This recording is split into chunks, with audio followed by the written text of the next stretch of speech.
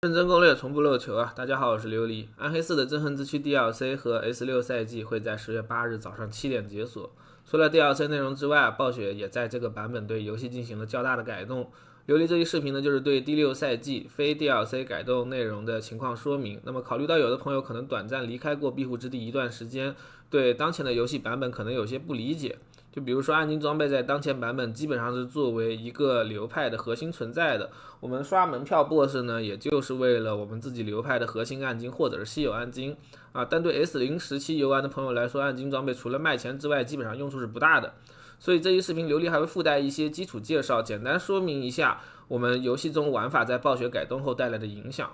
那暴雪在憎恨之躯版本中对游戏的怪物和难度系统进行了大改，从原先的只有4个难度变成了现在的8个难度。那这8个难度呢，又分为标准难度跟普通难度2种。标准难度下呢，随着难度提高，怪物提供的经验和金币也会变多，而其中最难的忏悔难度需要50级才能解锁。这4个难度就是让我们用来开荒的，而后面的苦痛难度呢，就需要我们通关后文提到的深坑来解锁了。苦痛难度下，我们才能掉落游戏中最顶级的先祖装备，部分玩法呢，也只有在苦痛难度下才会开启，这意味着他们才是游戏终局的起点。苦痛难度除了更好的掉落和经验奖励外，还会附带额外的护甲和抗性的惩罚。苦痛4会扣我们1000的护甲跟100的全抗，按照新版的算法，这意味着你需要堆积2000护甲和最少170的全抗，才能在这个难度获得足够的生存能力。除了改难度之外，暴雪还取消了怪物的等级系统，现在的怪物强度呢，只和难度或者是对应区域的强度有关了。而他们掉落的装备现在也受到了调整啊。新版本下，装备的品质只分为普通跟先祖2种，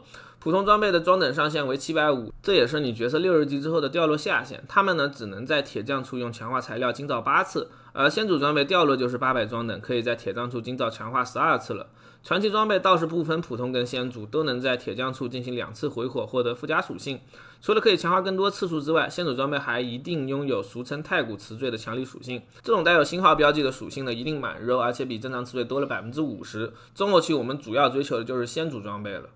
在这个新的难度跟装备系统下，我们赛季的整体游玩时长会增加不少。根据琉璃在 PTR 的经验，前面4个难度实际上对我们造成不了多少阻碍，基本上就是让我们拿来了解游戏快速升到60级的。苦痛之后，游戏的难度会一下子飙升起来，新版本的苦痛1最少也等于之前的难度4，但这个难度下我们的产出也会好上不少，比如先祖装备、稀有暗金跟炼狱罗盘等等，它们都是苦痛1才能解锁掉落的。比起之前男2男3速刷一头扎进男4的模式，新的难度模式会更有挑战一些，但也更有刷装的乐趣。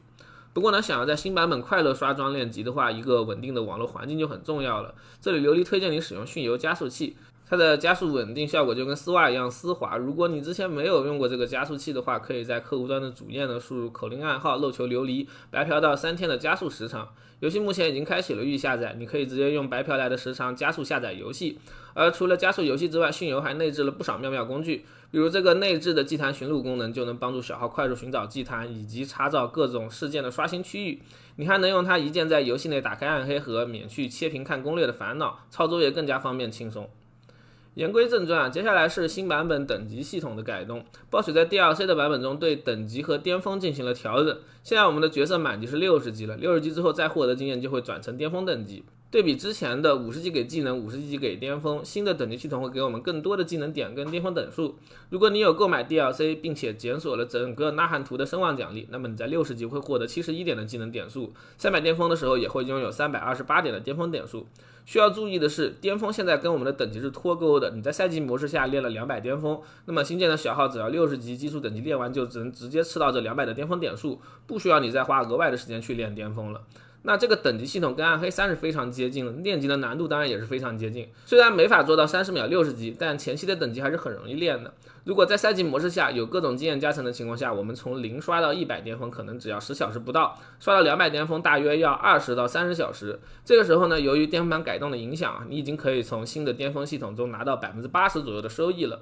如果你还打算继续干等级的话，那么刷到300满级就需要100小时以上了，你需要为这最后的 20% 收益花费额外几倍的努力。不过这对于愿意干的朋友来说可能是好消息啊，毕竟刷装备啥的还能跟运气挂个钩嘛。巅峰虽然后期提升不大，但它总归是个收益，不是吗？之所以说200多巅峰就够用了，原因在于暴雪它对巅峰盘系统也进行了调整啊，具体的表现为加强了雕纹，但限制了巅峰盘的数量。现在呢，我们加上初始的巅峰盘，最多也只能拥有5块巅峰盘了。这意味着我们在构筑玩法的时候呢，只需要考虑哪4个传奇巅峰节点，还有5个雕纹与自己玩法的配置度就好了，不需要再做多连巅峰盘获得额外符文，还是少连巅峰盘把节点吃满这样的抉择。200多巅峰的时候呢，已经足够我们把5个盘的传奇节点和雕纹都拿足了，剩下的就是提供少量加成的稀有节点，而它们的提升往往不如后期的雕纹升级作用大。巅峰雕纹在第6赛季也被暴雪进行了加强，现在它们更像是暗黑3中的传奇宝石了。现在呢，雕纹们的等级被扩展到了100级，21级的时候还是跟之前一样覆盖的范围扩大，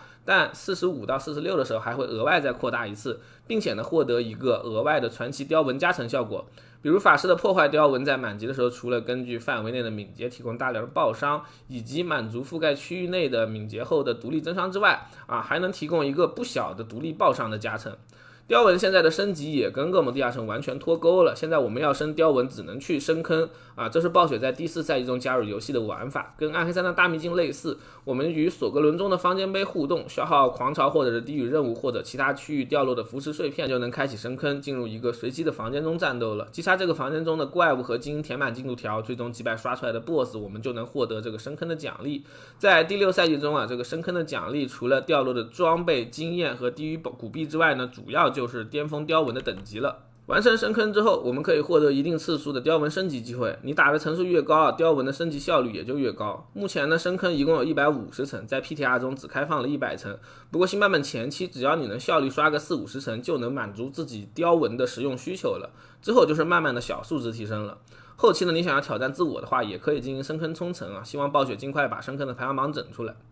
那么接下来是游戏中其他的中距玩法的调整，我会简单聊聊他们的改动情况，以及 PTR 中折磨4难度下的收益。这个难度下呢，怪物的掉落是最好的，很容易出现刷一组精英就掉4张 BOSS 门票，打 BOSS 给的暗金数量呢也保底在4到5件。如果是打低难度的话，那么它收益就会变少很多了。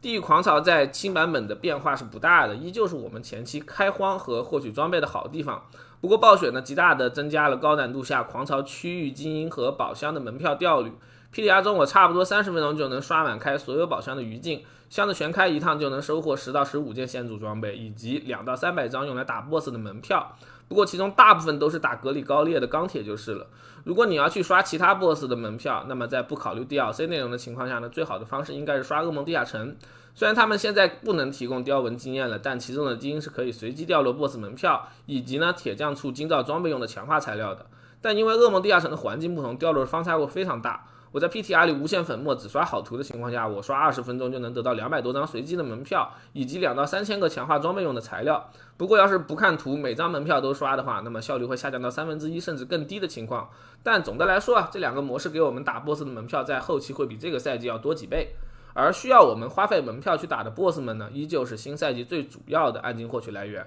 现在这普通4难度下，一只 BOSS 平均能掉5件暗金，先主几率大概在1/20左右。不过听篝火说，新版本新主暗金的掉率会翻3倍，不知道会不会影响这些掉暗金的 BOSS。现在呢，这些 BOSS 召唤门票的消耗只跟难度有关了，比如说格里高列，低难度召唤它你只要2到3个钢铁，但苦痛难度下就需要12个钢铁才能召唤了。不过现在呢，只要是苦痛1难度的 BOSS 就会几率掉落稀有暗金了。新版本稀有暗金的制作也变成了2个火花换1个随机的稀有暗金，或者你带上符文去换指定的稀有暗金。估计下个赛季呢，大家应该都不会缺稀有暗金就是了。我在 PTR 没开无限兑换的时候就已经在刷稀有暗金的太古词缀了，而可惜的是，直到暴雪开放商人为止，我都没有刷出太古冷却的军帽。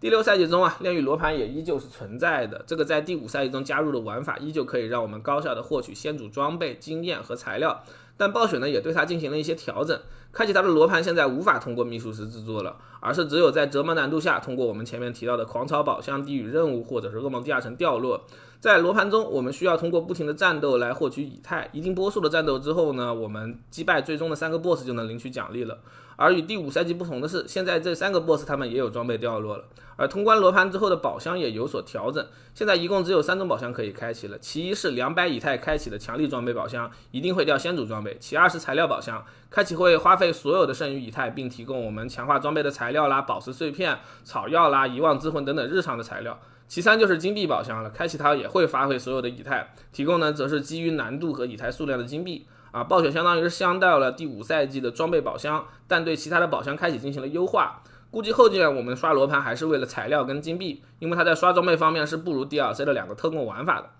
除了以上的终局玩法之外，新赛季还依旧有着赛季玩法跟专属的声望榜。赛季玩法和 DLC 的区域有一定关系，总的来说呢，是一个刷特殊药水然后喝药获得刷装加成的玩法，细节我们放到下一期视频再聊吧。声望榜则跟这个赛季一样在我们完成一个很短暂的支线任务之后，只要我们去击杀精英就能得到萨卡兰姆声望，之后就是根据声望等级来兑换他们的宝箱奖励了，是一个用来协助我们前期开荒的系统。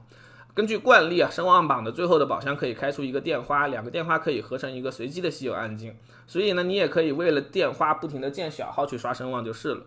而除了以上的内容之外，新赛季中各个职业也都得到了一些新的技能、威能跟暗金，但根据先行服的测试结果来看，与 DLC 的氪金职业灵巫有着不小的差距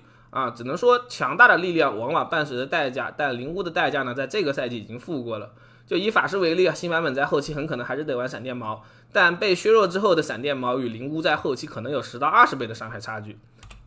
最后就是每个赛季都有的战令跟赛季旅程环节这里是没有做太多改动，所以我们就不过多介绍了。不过这个赛季的战令套装看起来还是很不错的，想要头上发光的朋友可以去拜一下。那么以上呢就是本期视频的全部内容了下期视频我应该会从灵巫的基础介绍跟开荒指南，或者是 DLC 特供内容的全面介绍2个里挑一个做。那么我是琉璃让我们下期视频再见吧。